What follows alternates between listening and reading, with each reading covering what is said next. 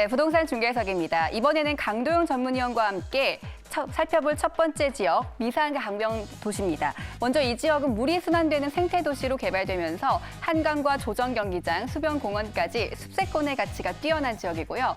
연이은 교통 호재로 수요까지 늘고 있는 지역입니다. 이 지역의 모습 화면으로 만나보시죠.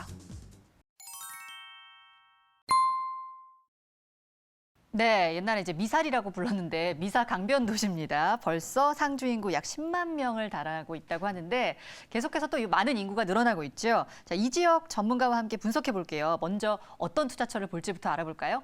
네, 하남 이제 미사 강변 도시인데요. 지금 5호선 개통되었죠. 이제 미사역하고 하남 풍산역에서 차량 5분 이내에 위치하고 있습니다. 그리고 그 추천한 유형은 지식사업센터하고 기숙사 이제 완판 열기에 이어서 거기에 안정적인 좀 단지 내 상가를 좀 추천해드리고 있는 부분이고요. 네. 그리고 총 규모는 지하 4층에서 지상 10층, 그리고 단지 내 상가 같은 경우는 1에서 2층으로 구성이 되어 있습니다. 그리고 그쪽에 전용 면적을 보시면은 37.26제곱미터에서부터 60.62제곱미터까지 다양하게 면적이 구성되어 있고요.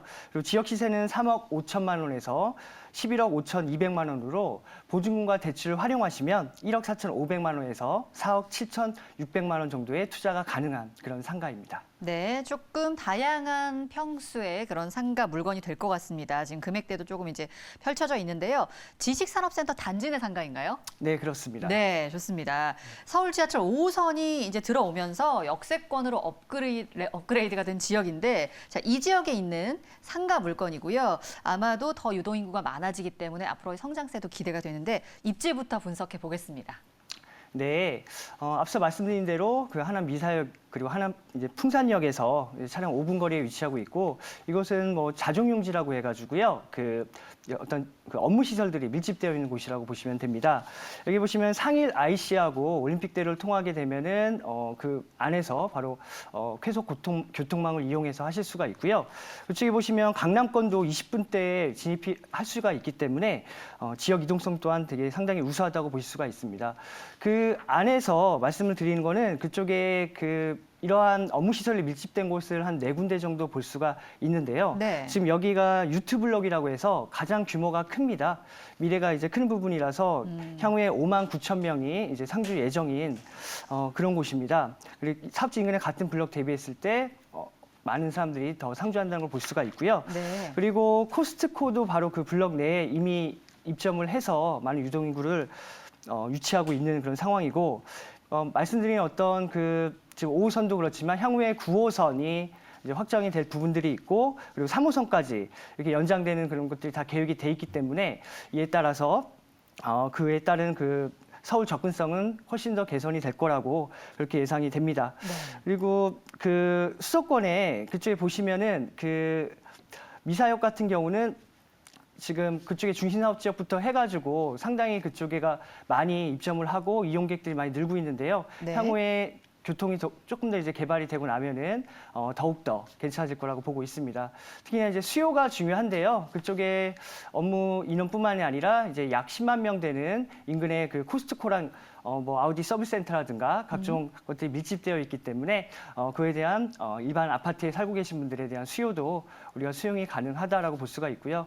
그리고 바로 앞에 사업지 바로 앞에 BRT 노선이 확정되어 있습니다. 네. 그러니까 BRT 노선은요, 시청자분들 이렇게 생각하시면 돼요. 이제 간선 급행 버스라고 하는데요.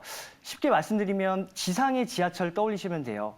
그것도 지상의 지하철이지만 간선이지 않습니까? 예를 들면 잠실에서 바로 미사까지 바로 올 수 있는 지상 급행 열차 이런 개념으로 BRT 노선을 생각하시면 될 것 같고요.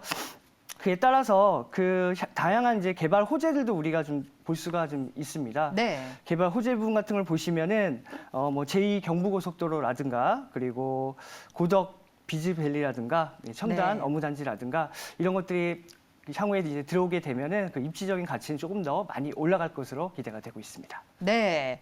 자, 지금 업무시설 밀집 지역을 말씀해 주셨는데 이제 미사 안에서도 업무시설이 밀집된 곳들이 있는데 그중에서 가장 큰 블럭이군요. 네, 그렇습니다. 그렇기 때문에 인구가 좀 많은데 5만 9천여 명 향후 상주가 예정돼 있는 이런 지역에 들어온 상가이기 때문에 미래 가치를 좀 볼 수 있다 이런 말씀을 해주셨고 또 좀 눈여겨볼 만한 게 사업지 바로 앞에 BRT 노선이 있어서 더 많은 유동인구를 흡수할 수 있다는 강점도 말씀을 해주셨습니다. 해주셨습니다.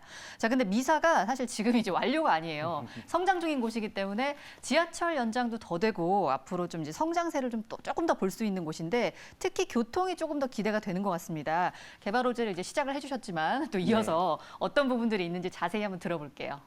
네, 입지 부분에서 지금 어느 정도 설명을 드렸었는데요. 네. 말씀드린 대로 지금 5호선 이미 개통 연장 완료되었고요.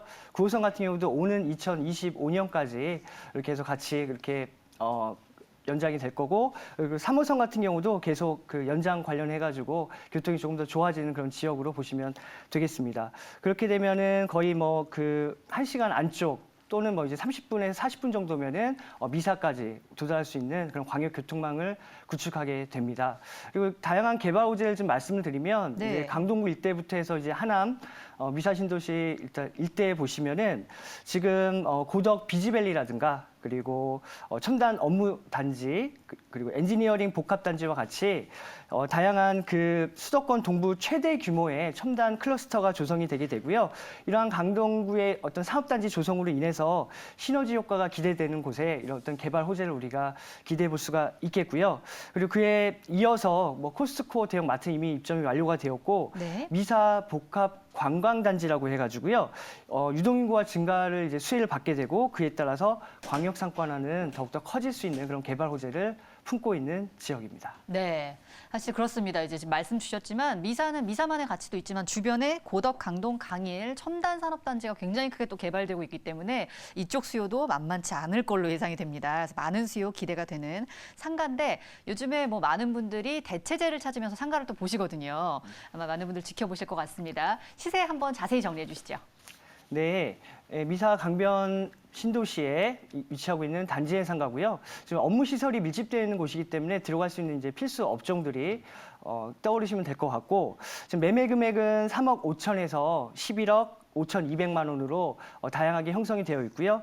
그리고 보증금 3천만 원에서 1억. 그리고 월세는 150에서 약 450만 원 이렇게 보시면 됩니다.